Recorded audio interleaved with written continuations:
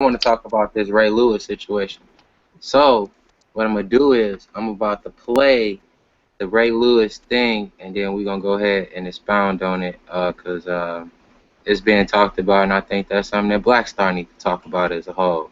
And, we can go ahead and break that shit the fuck down. You know what I'm saying? So, go ahead. We're going to go ahead and listen to the whole video of it, and we're going to go ahead and get back with it.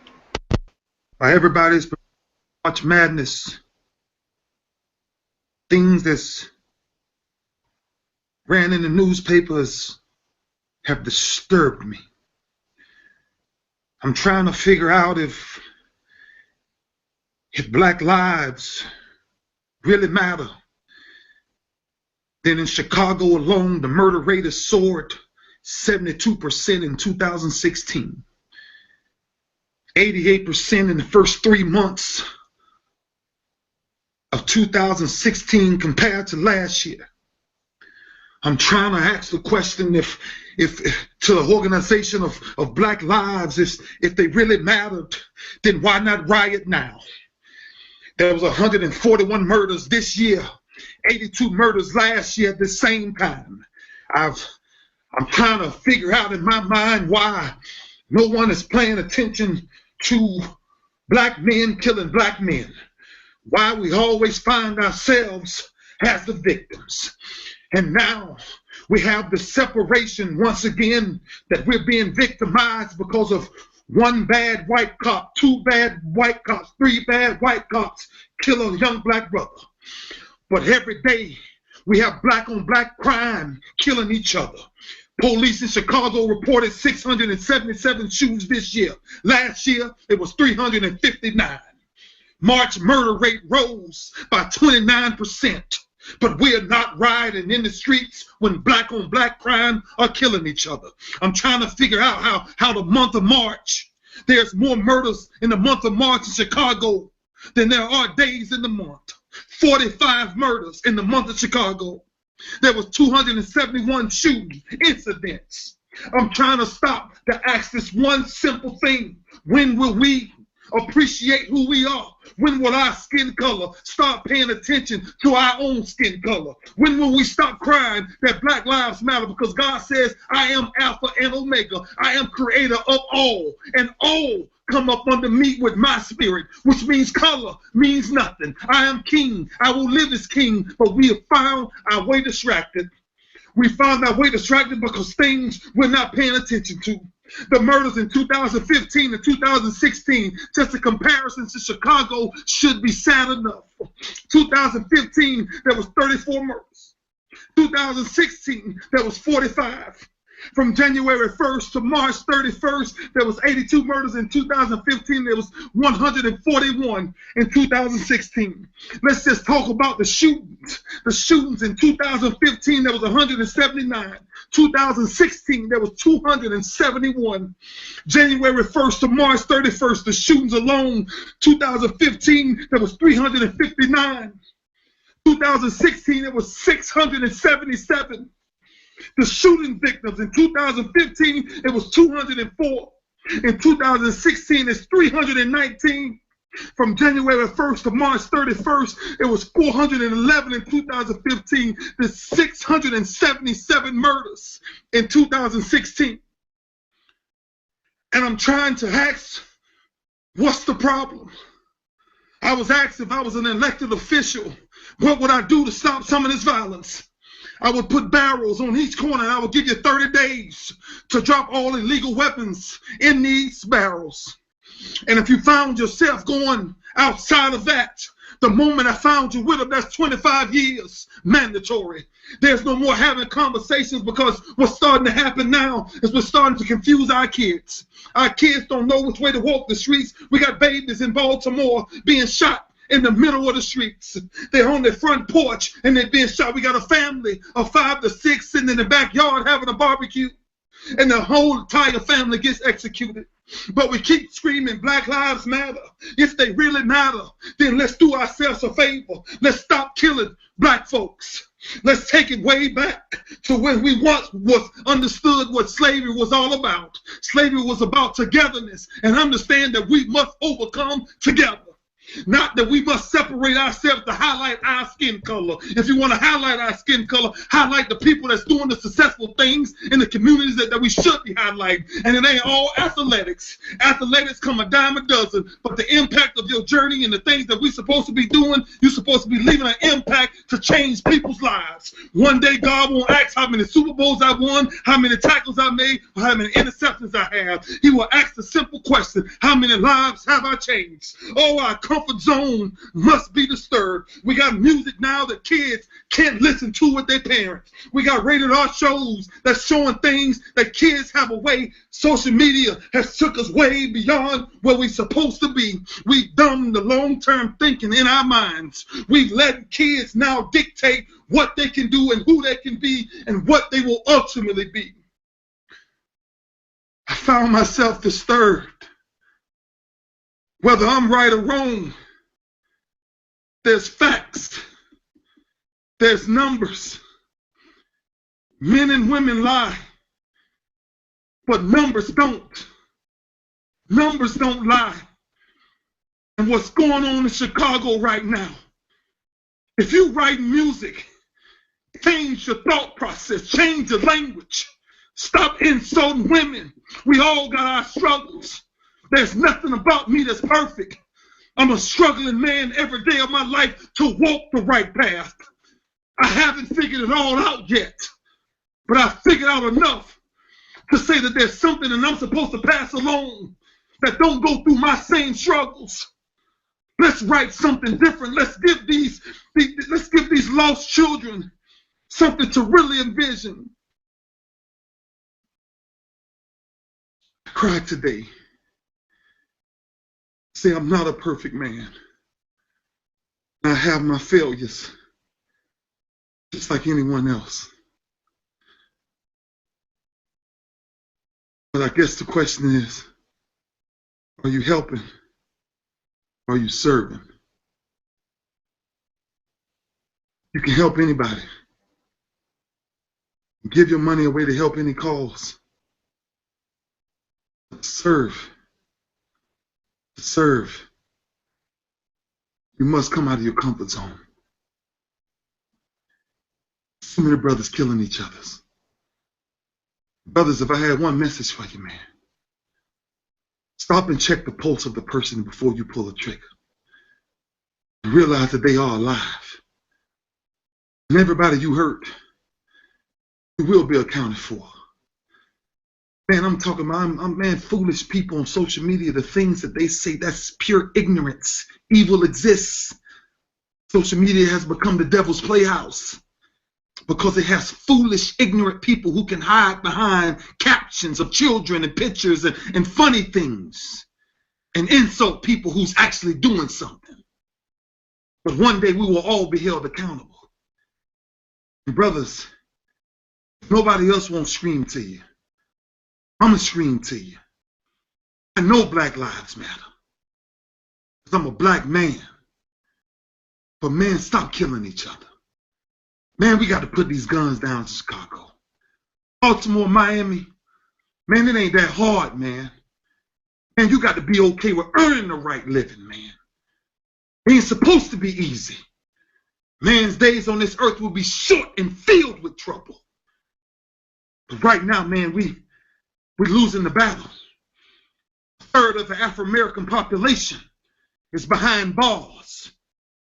50% are behind bars because they took the life of another black man. Sooner or later, black men, if we don't change what we're doing, not only will our kids not have a future, but we might find ourselves extinct.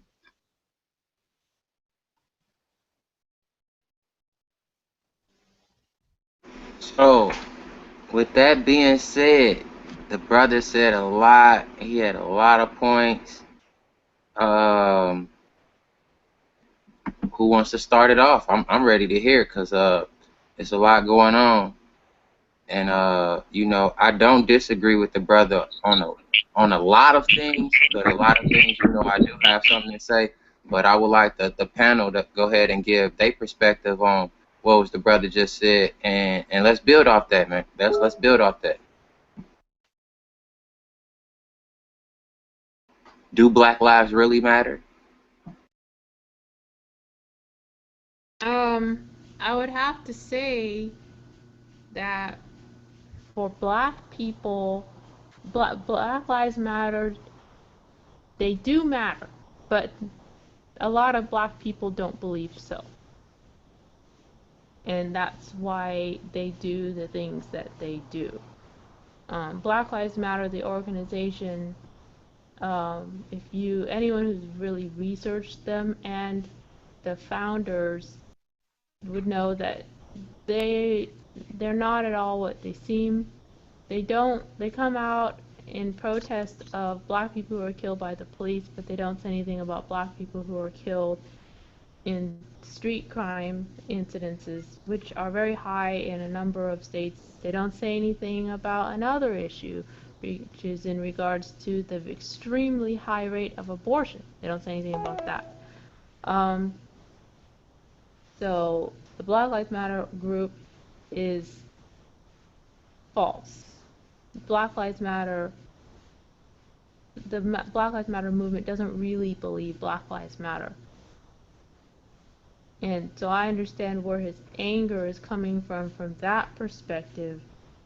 But in regards to the crime, I'm not really sure about all that, because the crime statistics, these are all done by white people, and when you research it, there's no real breakdown the um in the categories of things, in the definition, of street crime versus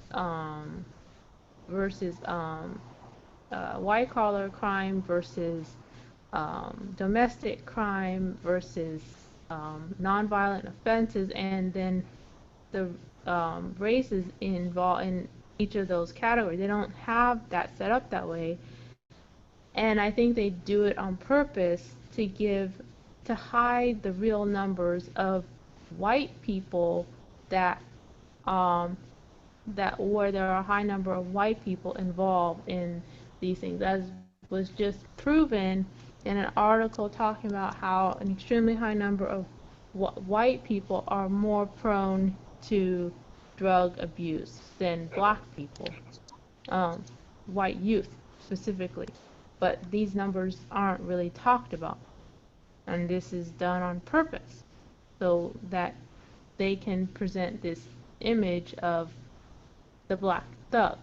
And so when black people get out on the media and start talking about, oh, black on black crime,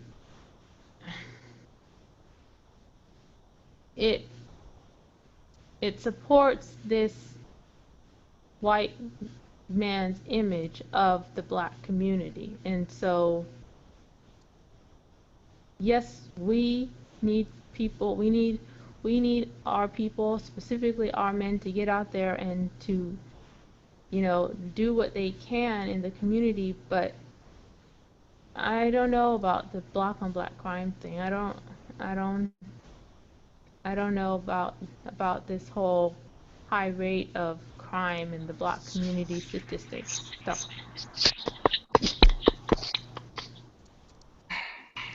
So, I want to say two things. First thing is that whenever you start an organization, you have something that's specific to that organization.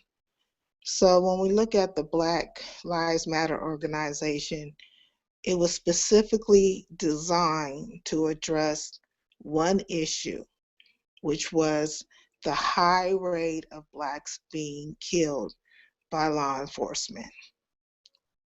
In general, I would say the white populace killing black people.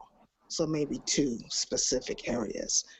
So that does not encompass abortion, black people getting abortions, or even white people getting abortions. That does not encompass black on black crime, nor does it encompass white on white crime. So to say that they're false would, to me, be something harsh to say. Ray Rice's commentary. Um, I don't talk shit about other black people. Um, he said what he said. However, what I would say is his views um, and how he analyzed that is, in my view, for myself, persona non grata, meaning it don't matter because it's kind of equivalent to me needing my car fixed and I go to the dentist and I'm leaving it there. Well, truthfully, we're all on subject because all of that plays into what he was saying. Because he was saying that black on black crime is this way, and why don't we care about our own people, and why are we not speaking about these numbers? So that's what I'm saying. So I brought up numbers. Let's talk about real numbers. Because truthfully, when we look at it, the only person who's doing the most killing is white people. Right. And I wanted to ask that too because I'm thinking like, did a white politician or some shit get behind this motherfucker and have him come out here to the public and say that? You know what I'm saying? Like he talking about he in his prayer closet, but at the end of the day, he probably talking to one of his, his white comrades. You And wanna you wanna know you under wanna know something, man. I think when it comes to this so-called black on black thing, we've been our own worst enemy and whatnot. You know what I'm saying? Because true. anybody that knows anything knows that it's all about controlling the narrative and whatnot. You know what I'm saying? Since we hit this country and whatnot, white folks have always made it when we run around with tails. We have we're animalistic in our thinking. We're emotional, like baby, like monsters, basically, and whatnot. And the only way to keep us under control and whatnot is under the yoke of slavery and whatnot. And this is still a narrative and whatnot. That's how come that's how come every time we speak of an injustice, they like to hit us in the head with black on black crime. And the sad thing about it, I was listening to this brother talk and whatnot, and how he was like, yo, we need to stop killing each other. And I'm like, wait a minute, when was the last time I killed anybody? You know what I'm saying? I think about how, like Billy the Kid, Al Capone, all these other cats, when you look at the way they talk about them and whatnot, they damn near put them on a pedestal of folklore and whatnot. You know what I'm saying? They're not like, Al Capone was basically like another crack dealer and whatnot. You know what I'm saying? In his time. But the way they elevate him and whatnot, he's damn near like a Robin Hood and whatnot. You know what I'm saying? So that's like the motherfucking brother. What's dude name? Shit. What the fuck? I'm glad I don't know this motherfucker name. Really, you know what I'm saying? But the motherfucking what's that fucking rapper singer ass nigga that used to kick it with the fag nigga? Young Thug. Maybe. Who? Rick Who? Quam something? Something Young, like Young Rich Quan. Yeah, Rich Homie Quan. So this motherfucker got a tattoo. Rich Homie Quan. He got a tattoo of Noriega. And they asked him, like, why the fuck would you do that? You know what I'm saying? And you know the homie Lord Drumar went in like, why the fuck is these black rappers steady getting tattoos of white men on their ass? Like, ain't no motherfucking, you think Pablo Escobar gonna get a tattoo Big Meech? I use it. I gotta say something, man. Do you know them people would have said something about black? They made up words that black people without black people knowing. They would have said some. You breaking Right? up. What you say again, bro? They already thought we was buffoons anyway. They already Now thought. they would definitely think we was some dumbasses. Forget that. That's what I'm saying. Like, why do we putting these motherfuckers on pedestals?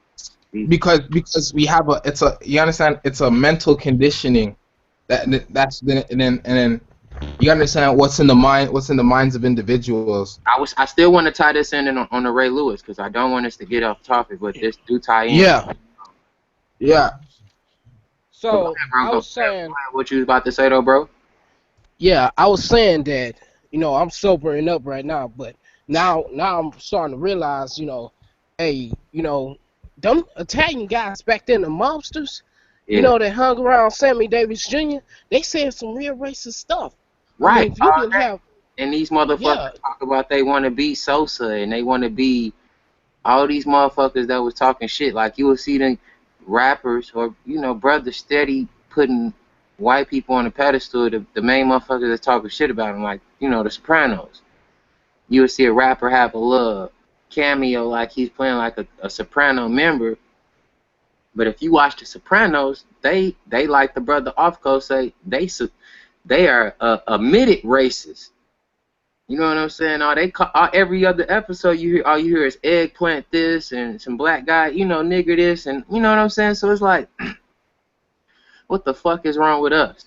When I was listening to Ray Lewis, he sounded like he was running to be like the United States of America, states, you know, um, preacher or something. Like he was Yeah. sounding like he was on some, like And he then you took, see you mentioned politics. Like if I yeah, was he in a took me back to position, like, you got to think everybody that get out of entertainment, like out of like we're gonna talk about like Ronald Reagan. Once they get out of entertainment or being an athlete or something, they try to figure something out. You see Will Smith always he hinting towards politician too.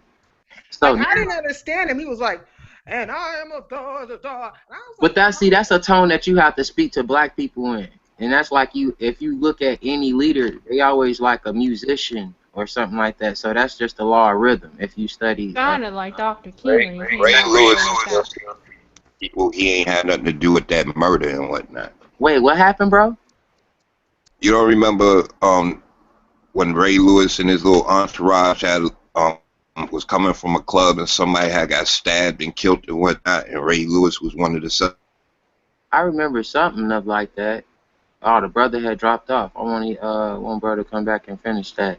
But yeah, he seemed like he was a pastor though. You know what I'm saying? Like he was speaking in this old singing rhythm ass tone, but that's like a tone that well, you know. where my king was going was that he's basically trying to say this brother probably trying to make some kind of amends mentally on his own for some faults that he had, but then he's pushing an agenda that it makes no sense because you're not looking at the numbers. You know what I'm saying? m- Holy, m- holy. You And, have to look you at the know numbers what? on the whole. Remember I was talking about the swing of the pendulum, right? Hmm. So remember when I was talking about when motherfuckers go up against their own people in public? Right. Remember And what that's happened what with Bill Cosby, right? yeah. So if this brother don't talk shit about your own people in public when you got some dirt, you feel it? Like the brother Faze just brought to light about a situation that he probably what I'm saying. So it's like the swing of the pendulum can always come back. Don't be trying to make it seem like your plate is all the way just clean and shit. You know what I'm saying? And We that's what really I shouldn't was be trying to judging get none of at. us. That's what I was trying to get at with my initial comments was that this dude is coming out in public and throwing dirt essentially on the black community when with this information that doesn't really based in fact at all, um, unless you're talking about white people's so-called facts, which aren't based on anything. I'm very suspicious of any black person, especially celebrities in general. I'm suspicious of celebrities in general, but I'm suspicious of black people who speak out in favor of politicians because politicians they support this system. So if you're in favor of so and so, then you're indirectly in favor of this system. Well, I brought it up once before, just like in our normal, communications, and I don't know if you were around, but I talk about the whole lay of the situation. So when we look at it, we have to look at the foundation of this country, the structure of it. And you never know greater than the foundation or structure of your building, right? Or what you're building on. So it has to be very strong. Well, it's very strongly I can't say it right now, implemented, sorry, in the welfare of white people. And we see that from the structure going all the way back to, you have the plantation house, you have the master of that house, the overseer, the house nigger, the slave driver, and the field negro. And everybody basically is put in those categories. Now the overseers are the police, and the slave drivers are those special little Negroes that they allowed to be part of that police crew. And they're policing their own people in so many ways. You know what I'm saying? Even just not even if they have a badge. But it's always those ones that are out there talking about the black on black crime, or the ones that are talking about how black people should this and this and that. And there's also the black elite. And they are all for the being the tattletale and being the uplifter of the master and the overall well-being of the plantation. I tell Exactly. white people all the time, you have been on welfare all your life, because this whole situation, this whole construct of what we call America was designed for your welfare. Yes. Everything. When we go back and we say, no blacks hired here, only whites, all of this stuff was designed. Even when the actual what we call welfare today, as is going down to some kind of building and collecting some kind of aid, that was designed for white people. President Roosevelt put that in play because white people during the Depression were killing themselves off because they had no wherewithal. We as black people, we were sharecroppers and things like that, so we knew how to live off the land and take care of one another, and we did. The Black Wall Street is an example of that. It was thriving during the Depression. But the white people got so mad they went and burned that down. We had hospitals in there, schools. That was our fault though too, though, sis. That was our fault because we didn't invest into our black militants. Well, we should have. And not to say there wasn't that, and maybe it wasn't enough. We can't really say on that part, but what we can say is this, is that those white people were starving, and welfare as we know it today was designed for white people. And we look at the statistics today, there's more white people on welfare than it is blacks. Hey, I gotta say something. Didn't they not allow Black Wall Street to have guns and a police force? So how could they try to fight back, but they didn't have the guns? Well, they had the butter, but they didn't have the guns. The Second Amendment wasn't designed for black people, so that's another thing. We have to talk about the whole construct. When we talk about it, we're talking about this whole thing, the laws, the Constitution. All of it was designed for the welfare of white people. Point blank, period. It didn't have no black people in mind, and so we have to look at it like that. And that's what it is, point blank, period. So now when black people start using their own laws against them, say, oh, it's Second Amendment right to hold a gun, but every time you see a Negro out there holding their gun, and if they do something on that stand, they jump on that nigga, yo. Yeah, if they do something on that stand my ground, now that's a setup. You know what I mean? But don't you think that's like black people hating the system that's basically against them? So they're trying to use their own weapon against them, but it's still hard because if a brother come out there with a gun on that stand your ground and he shoot somebody, kill him, and I have the right to stand my ground, they're gonna lock that fool up and put him underneath the jailhouse. Right.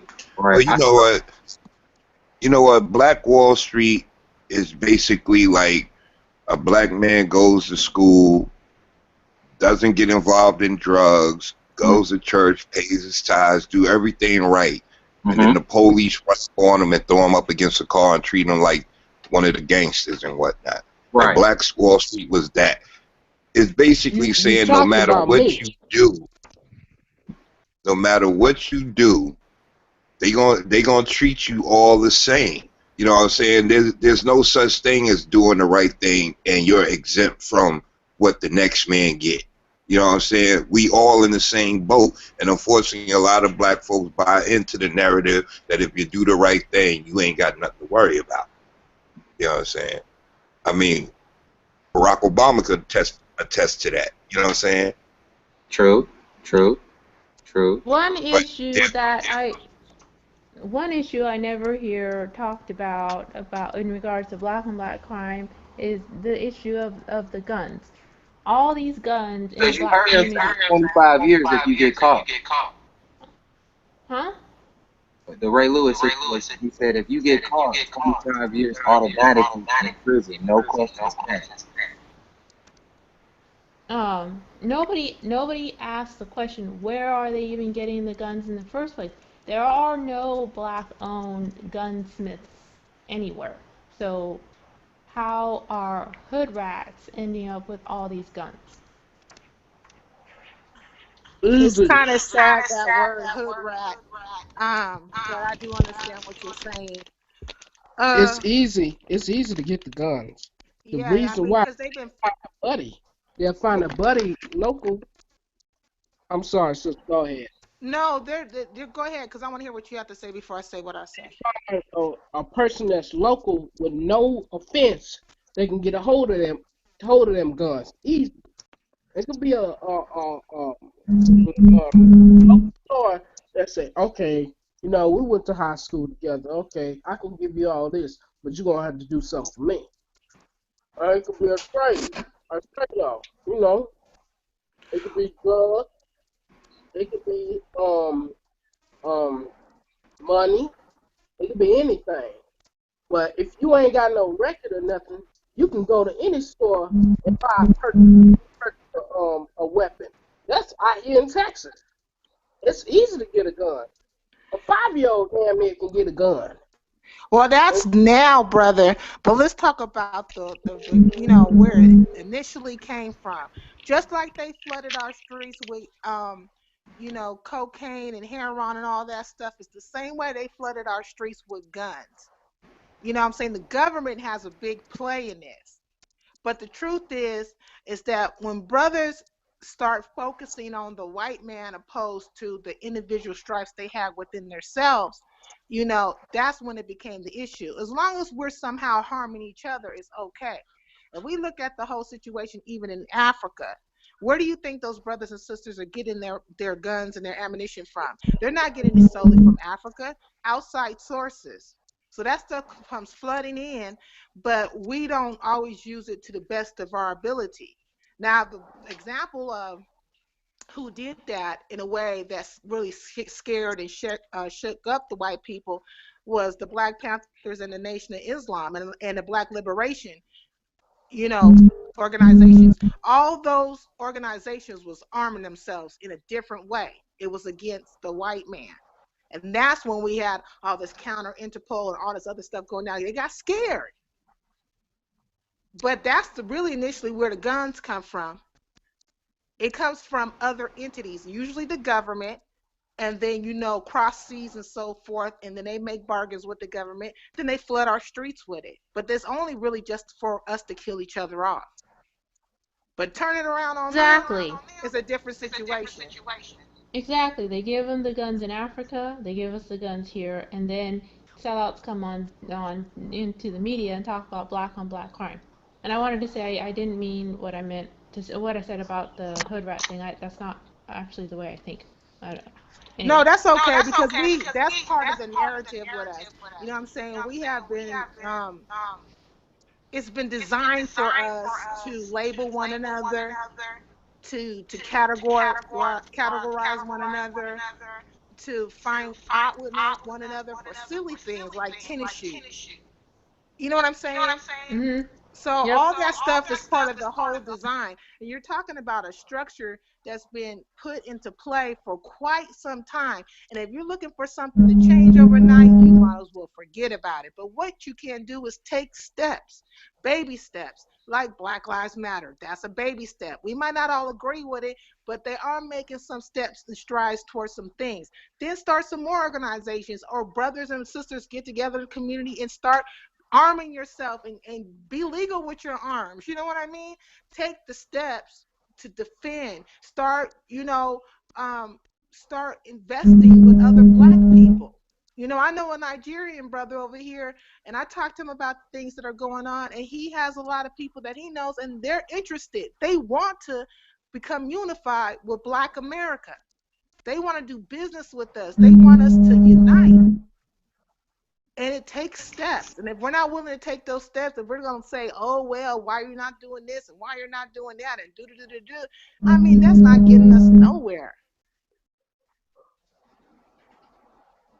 And if anybody thinks it's getting us somewhere, please say so, because I don't see it.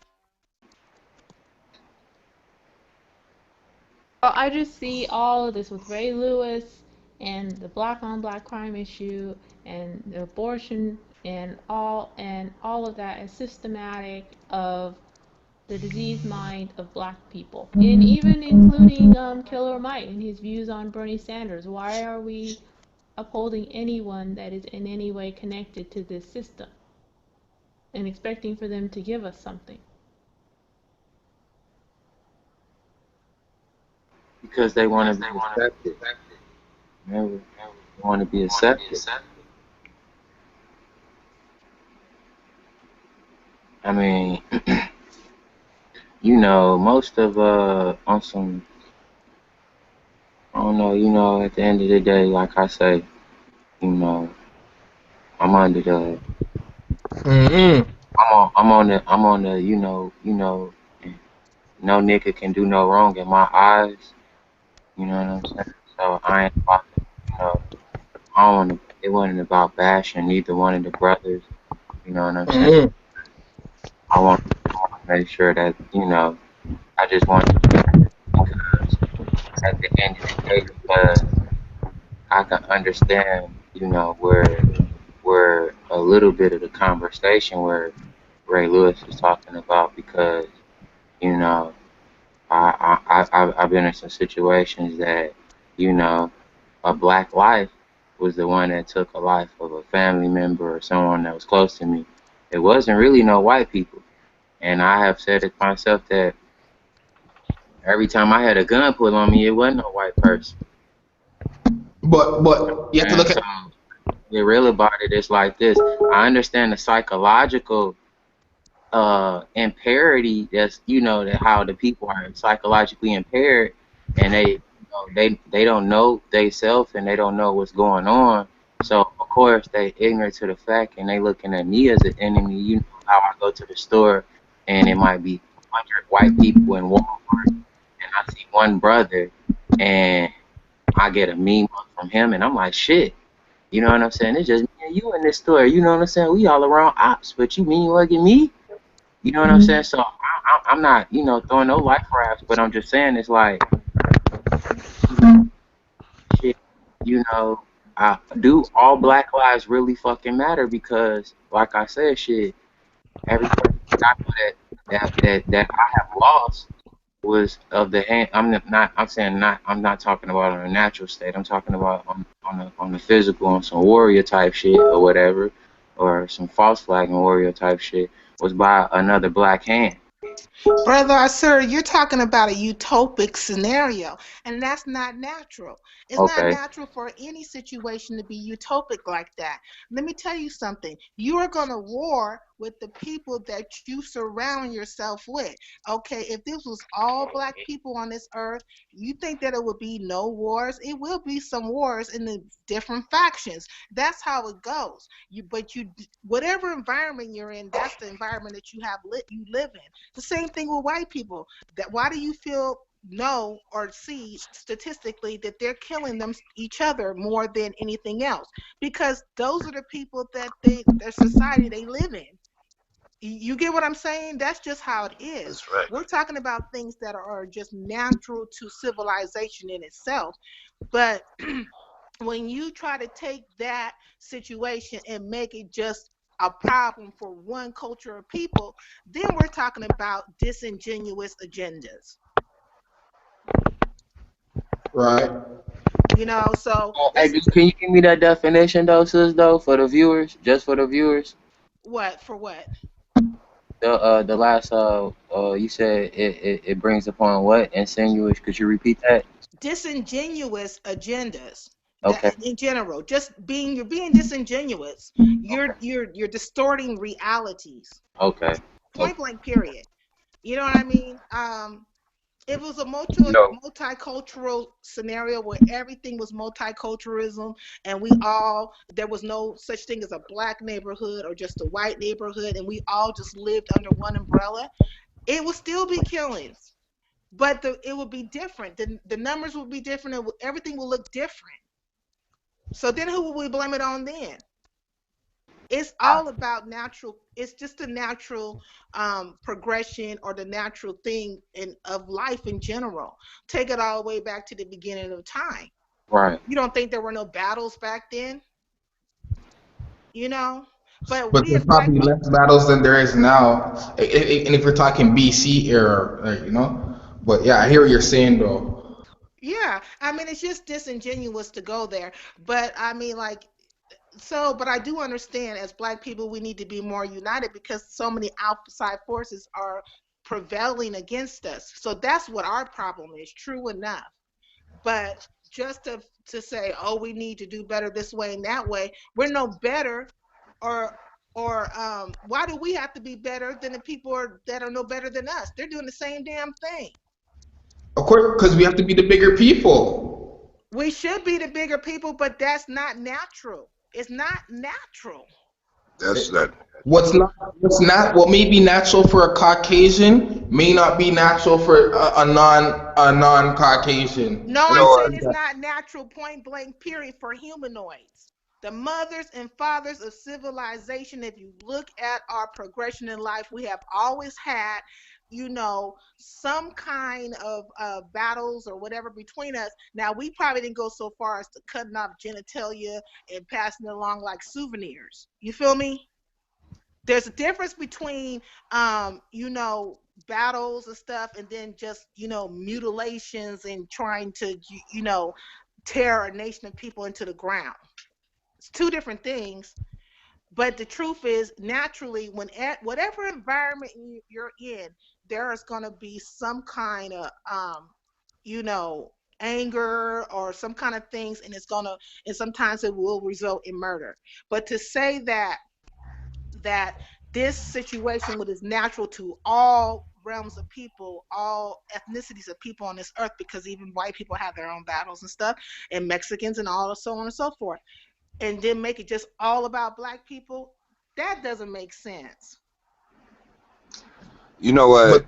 But We hold ourselves to an impossible standard. I mean, it's good to like want to be above it all or whatever the case may be, but in human nature, violence is necessary to some degree. You know what I'm saying? Like, I was listening to this one white guy who was like, before um so-called, when Europe became white people and whatnot, they were in their own homelands basically beating each other over the heads and whatnot. You know what I'm saying? So they had their own so-called white-on-white crime and whatnot. We have to understand that it's about proximity and whatnot. If white folks didn't have this thing called white flight when we decided to move in their neighborhood, should we end up killing each other just like, we'd be killing them just like they'd be killing us, but being that they're separated from us and whatnot, you know what I'm saying? They still kill they kill themselves and whatnot. You know what I'm saying? They might do it for different reasons and whatnot, but death is inevitable and whatnot at people's hands, period, and whatnot. And somehow with this black on black crime thing and whatnot, they have gotten us thinking that somehow we're supposed to be like, hey, brother, you know what I'm saying, and hopping along with rainbows and all this other stuff, and that's not reality. Because even in Africa before the European incursion and whatnot, there were tribes that were going at it with each other and whatnot. You know what I'm saying? We didn't call it black on black crime. It was just the way things were and whatnot. black on black crime was designed to make black people look like they cannot deal with regular life, and they Right. have to That be we're like that we're the problem in extermination society. justifiable. Right. It makes It's extermination justifiable. right, especially black people in America. Also, I want to say about back to what King Asira was saying. In the Caribbean, more specifically, because I'm from Jamaica, and I know Jamaican history. I'm not the best with all the other islands, but what I know from Jamaica is and most of the Caribbean, that the reason why you have Southern Asians and Eastern Asians like that of the Indians and the Chinese in like places like Jamaica and other parts of the Caribbean is because they came in as indentured workers while we were actual slaves. So we're working for free and they're getting paid. And so, and this isn't, I have one of my best friends took Caribbean studies in university, and they'll tell you that there's lots of wars between the Africans versus the Indians and the Chinese because they were dissing us because they were although they weren't like Whitey, they're still at a level above us. So they're like, yo, you all niggas are slaves. And we're like, yeah, but we're not trying to be slaves. Because look, you know what I say? So long story short, other nations, and even Dr. John Henry Clark would tell you this. If Europe didn't come into Africa, then the Chinese would have came into Africa, the Arabs would have came into Africa, which they did. So my point is, all people who are not of our kind are preying on us and preying on our downfall. And so that's why, and going back to what Sadia was saying was, you have the psychological warfare. You had from when Jamaica, an example, Jamaica, a British colony, you have their conditioning, their physical and psychological conditioning. Then you have when the Europeans brought in indentured workers, which is the other Asian, you know what I say? Then you had them come with their fuckery. So long story short, no matter what it is, and even in Jamaica, because I could tell you this, because my sister, she's half white, okay? And so she's more favored in my family, you know what I'm trying to say, because of her light skinness and her European genes. So, and I'll tell you this, in Jamaica, they're very towards, even you can tell now, like look at Vibes Cartel, he bleaches their skin. They bleaching is an all-time big thing in Jamaica. So my point is, going back to what Sadia was saying, is the psychological conditioning is very deep, so deep, and we're even seeing it earlier, why these niggas tattooing these white niggas on their bodies, because look, the psychological conditioning is so deep, the spiritual conditioning is so deep. So then the physical conditioning, you're just seeing all types of fuckery because a person acts based off of the way the person thinks.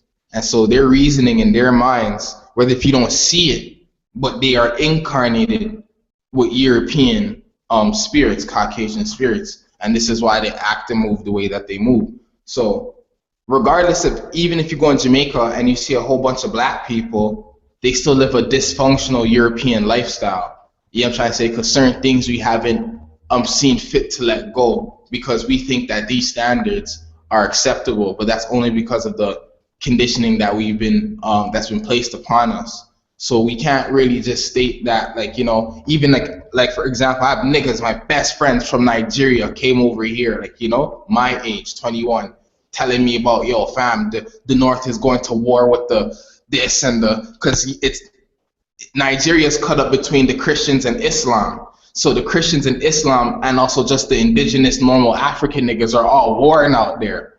You get what I'm trying to say? So it also goes back into, look, you have one niggas who are Islam, one niggas who are Christian, and the niggas who are still straight Yoruba, Igbo, and they're all trying to, so, you know, but you see the alien activity trying to implement and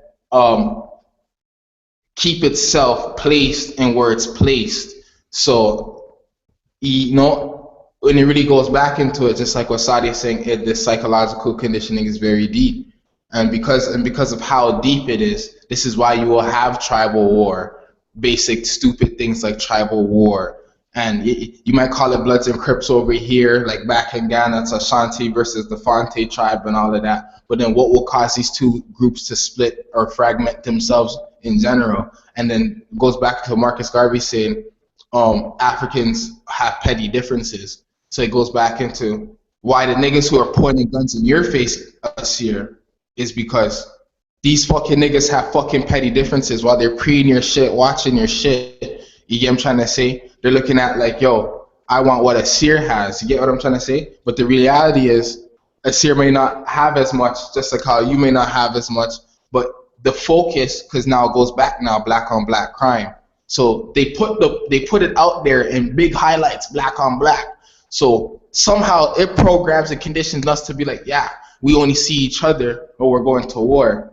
You feel me? Or it interwoves, it makes it ties the knot double, so it makes the knot harder to take apart. You get what I'm trying to say? So that same nigga who's pointing the gun in your face, you feel me? He's under the psychological conditioning that not only the black on black crime thing, because that comes after, you know what I'm trying to say, but the petty differences and the illogical, dysfunctional ways that he got down with allows him to stoop so low to look at someone who looks just like him, you know what I'm trying to say, and have to do something to harm them.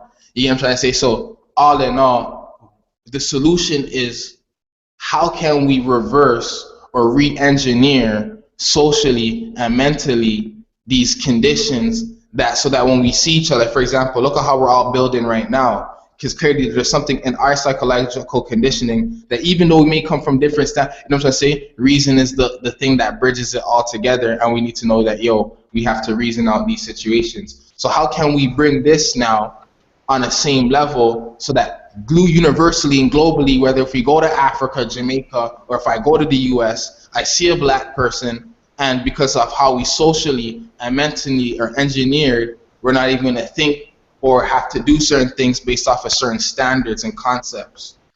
Well, black on black crime, you know, it's so typical for us to say, you know, but we kill each other too. What about that, you know, with the whole Ray Lewis speech? He's not the only person that has said this. A lot of black people have been saying this as if they're exposing something that we don't already know and see.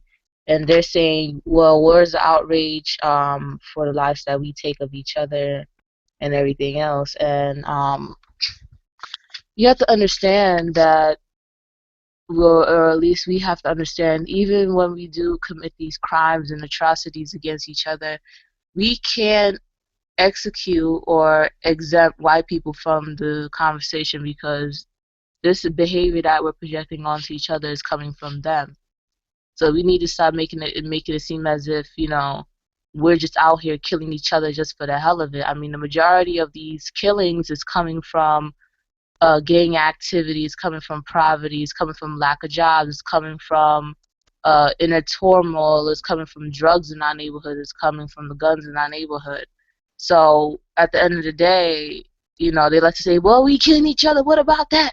And da-da-da-da. Well, that has come from white people, and ultimately that's what white people want you to do. They want you to focus your attention on each other. Meanwhile, they keep doing what they're doing, because with all these cases of police brutality, you know, I have a theory, I guess, that some of these executions of our brothers and sisters were done purposely just to cause more trauma and hysteria amongst us and to distract us, along with the fact that, you know, the reaction that was given, they don't want to be exposed for what they are or what they're doing. That's why they have to bring up how we do black on black crime, and that's the argument that a lot of white people will use. As soon as you point out something, they will say, well, you do it to each other too, and so and so and so, because they don't want you to start looking into what they're doing and get into the whole root of the problem. And I mean, if you look in our neighborhoods, the way how it's set up in a way where, of course, there's going to be crime against each other. I mean, look at the projects, for instance. They have, like, the projects where I'm at, 40 projects where 50 Cent grew up in. The way how it's set up, the police could just ride up in there with their car. They don't even have to, like, park and get out and chase nobody around if something was committed. They could just, pull up, drive through the projects because there's like a indention, like how there's one for a parking lot, where they could just zoom up in there. And if you really look at it from a helicopter, that whole shit is set up like a damn rat's maze or some type of experiment, because they have built that on purpose to, that the projects is like the root of the poison in the community, because that's ultimately where they have people that's living on low income. They're living on welfare, whatever it is. There's drugs, there's prostitution and everything else. And it's going to leach out into other parts of the neighborhood eventually. So they know what they're doing. And I don't understand why we, act as if we don't know that we're killing each other. But why exactly are we killing each other? Well, she's so correct. Sister KK is so correct, because the whole point of making the projects was to keep Black people from the other parts of society. And when the drug incursion came in, or that's how you want to phrase it, it was specifically designed towards Black people. And even when you look at all these little gangster movies and all that kind of stuff, was specifically with the Italians and white people, it was all about, okay, we're going to sell drugs, but only to Black people. So everything was flooded into our communities, and it caused, chaos. But it was designed for that. So when you look at all these patterns, you see a deliberate, genocidal master plan designed and directed specifically towards Black people. Point blank, period. And that's how it's always been. Yeah. And I wish that a lot of us will analyze what we're doing, because a lot of us are, a lot of the Bems and Baths out here that's engaged in these activities of drugs and guns or gang banging or prostitution, they don't really understand what they're doing. They just think they're merely doing it because they need the money, not even know that they're pawns in the self-destruction of themselves, and ultimately just, doing the dirty work for the guy that's pulling the strings, for the person that classified himself as white who's pulling the strings. And we get caught up in it, and then that's why a lot of gangs that were ultimately created to make solution in the neighborhood, it turned around and backfired on them, and they got involved into killing each other and selling drugs in the neighborhood and prostitution and all that stuff.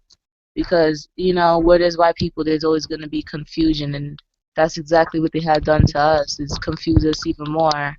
They put the drugs and guns in there and distracted us from what we were initially supposed to do in these gangs, or whatever that was supposed to bring forth some type of solution for the community, such as protecting and creating centers for children and all that type of stuff. That got messed up, and that's why most people, they just see them as criminal gangs, and they don't even know the origins of it. Everything gets poisoned by white people. One point I wanted to make, though, that in regards to the state of the Black community, which is connected to the whole Black on Black criming, is the fact that Black people, they're sitting around waiting for something to be given to them. I was watching this video by a woman on YouTube. She has YouTube videos. She's called the Radical Home Goddess, and she was stating how in Africa you don't have African people waiting around expecting for someone to give them a job. They go out and they make their own jobs. They grow things. They create. They use their own ingenuity to create things so that they can support their family.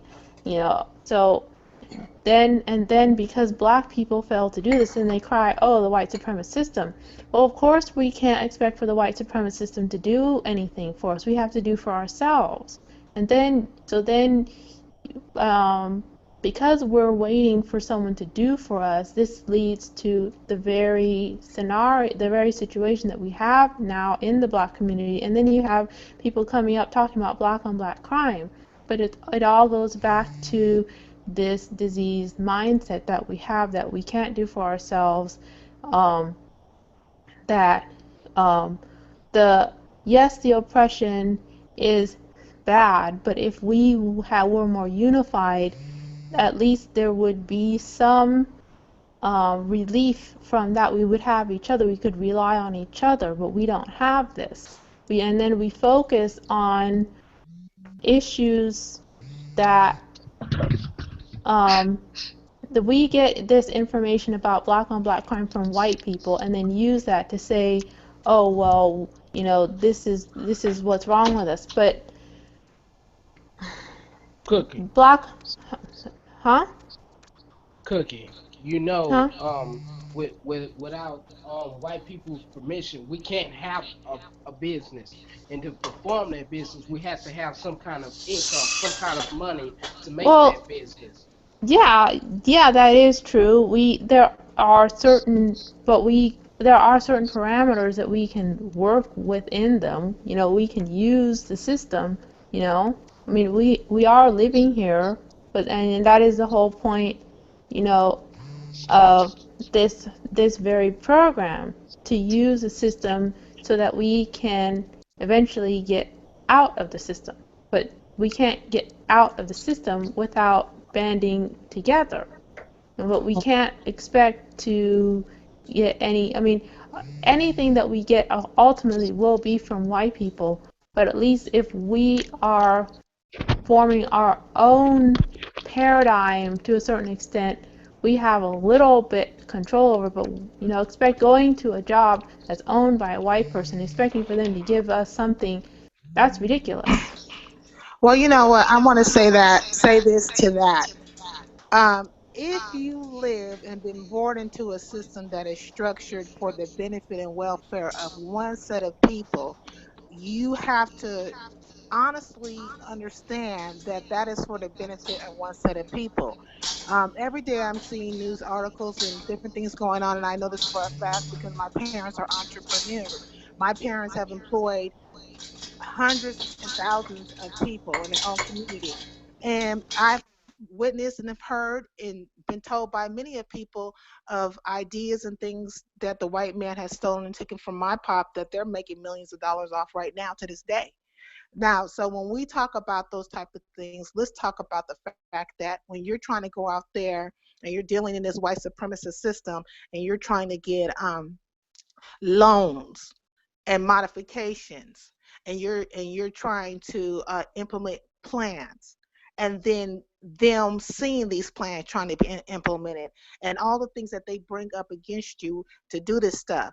Now, if you have a black company and it's successful, I'm very kudos to you, and you have made it. But you have somewhere out there have sold yourself. For the ones who have not sold themselves, either things have been taken from them or they're not as effective as they would want to be. And I know this because I've seen it firsthand. But we should band together and we should employ each other and we should do things that will be beneficial towards each other. But again, we have to look at the individual mindset of 44 million black people. Some of our brothers and sisters are on the mindset, on the European mindset, and they do not support black business. They do not, and they will, and they're saboteurs.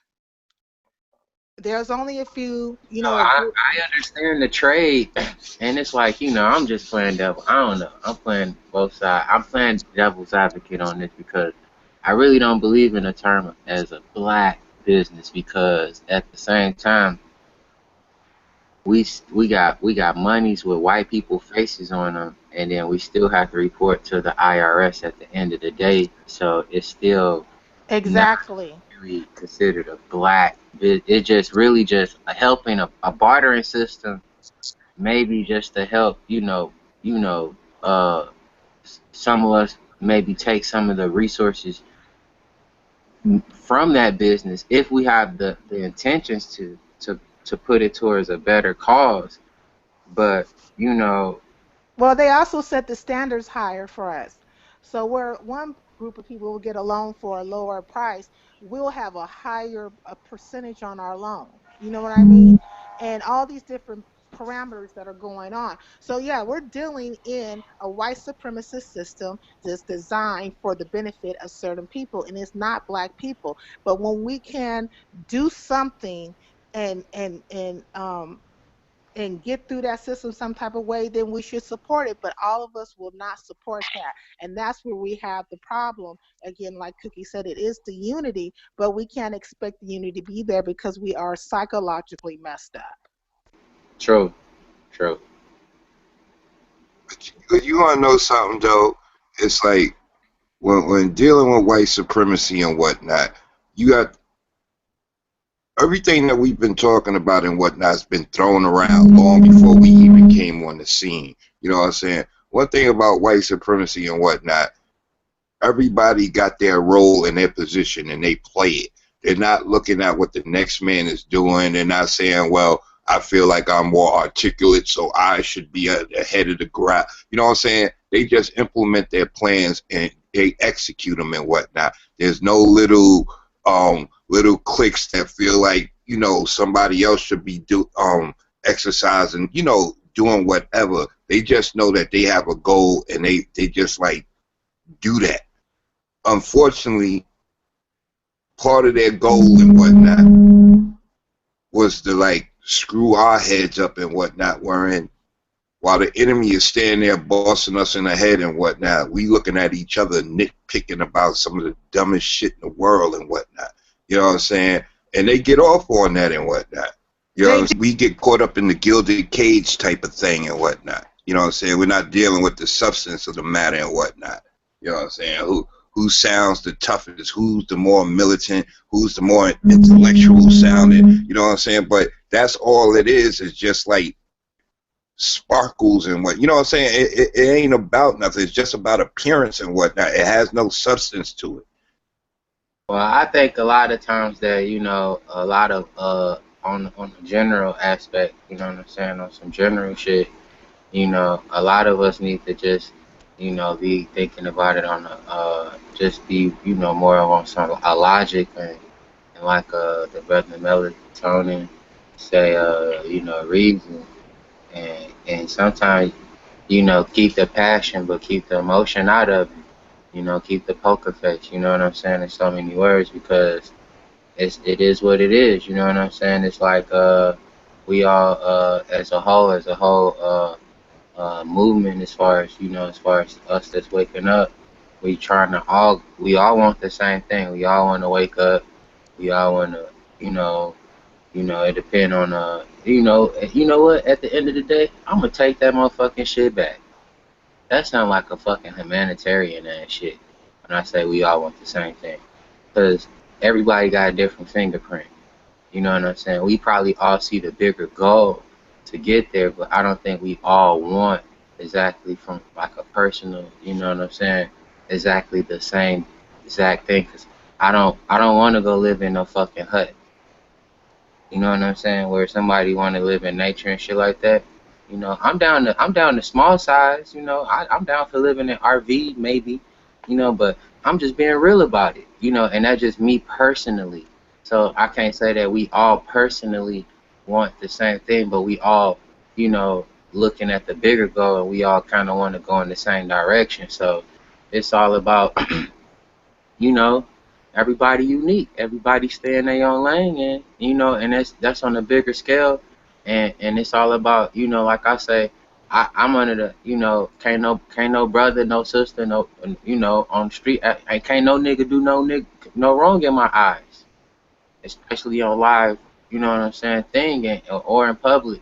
Can't no, I don't give a fuck what happened. Can't no melanated person do no wrong in my eyes. Now, I just don't fuck with that person, but can't nobody do no wrong in my eyes. Cause that's how much I love us. You know what I'm saying? And like I say, I don't even know if it's even a such thing as no love, but that's how much I love my goddamn self. That can't no nigga do no wrong in my eyes.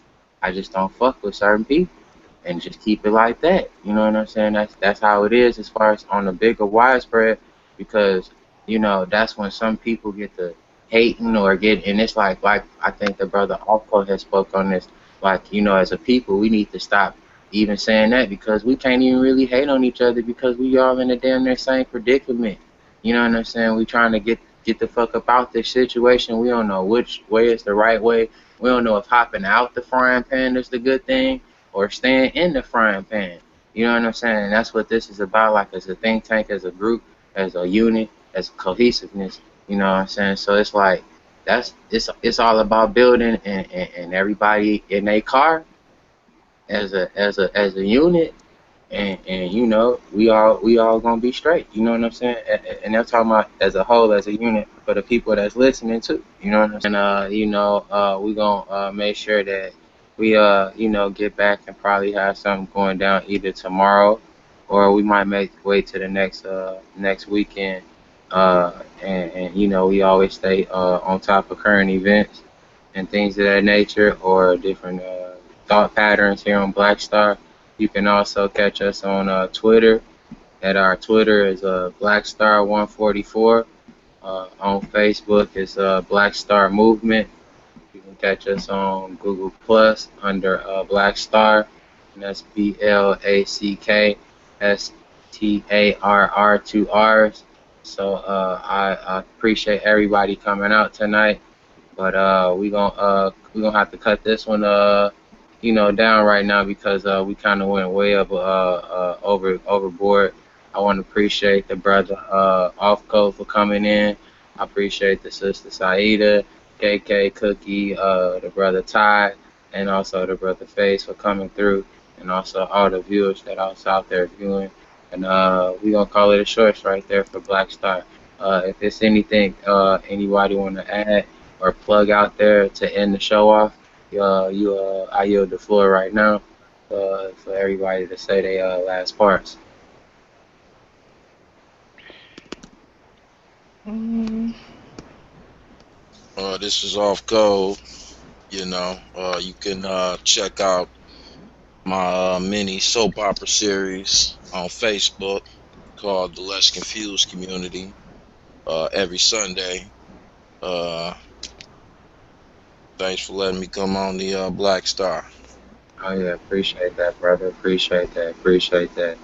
And anybody else, but speaking for the group, Black Star, a lot of people from Black Star do have their own thing. So for those who are listening, you can expect the Black Star Empress panel with just the sisters on there and speaking of their perspective from bringing that feminine energy to make sure that it's balanced because we're not trying to have a lot of Black Stars, no male chauvinist, no other stuff going on. We keep it balanced over here.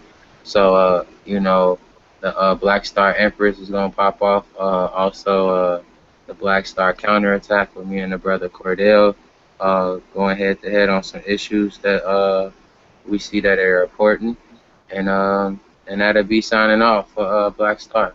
I appreciate the viewers for viewing.